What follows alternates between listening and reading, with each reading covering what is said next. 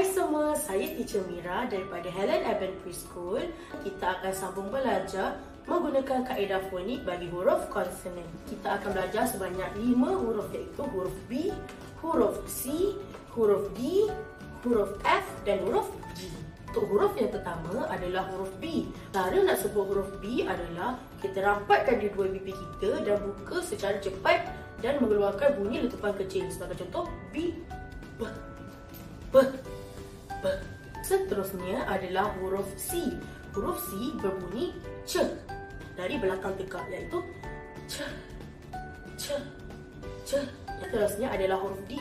Kita letakkan lidah kita di langit atas dan hembuskan secara perlahan dan lembut, iaitu D, D, D.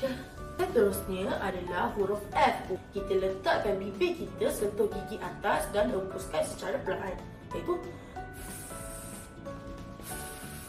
Seterusnya kita ada huruf G. Kita buat bunyi daripada dalam tekak dan keluarkan secara kuat dan dalam, iaitu G, G, G.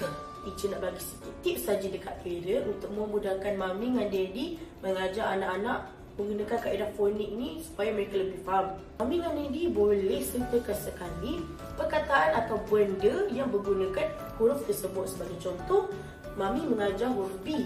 B adalah B. Dan mami boleh tunjuk juga benda ataupun barang yang menggunakan huruf B, iaitu bola, bola. Dari situ, anak-anak akan lebih faham cara menggunakan huruf tersebut. Itu sahaja daripada saya, Teacher Mira. Selamat mencuba.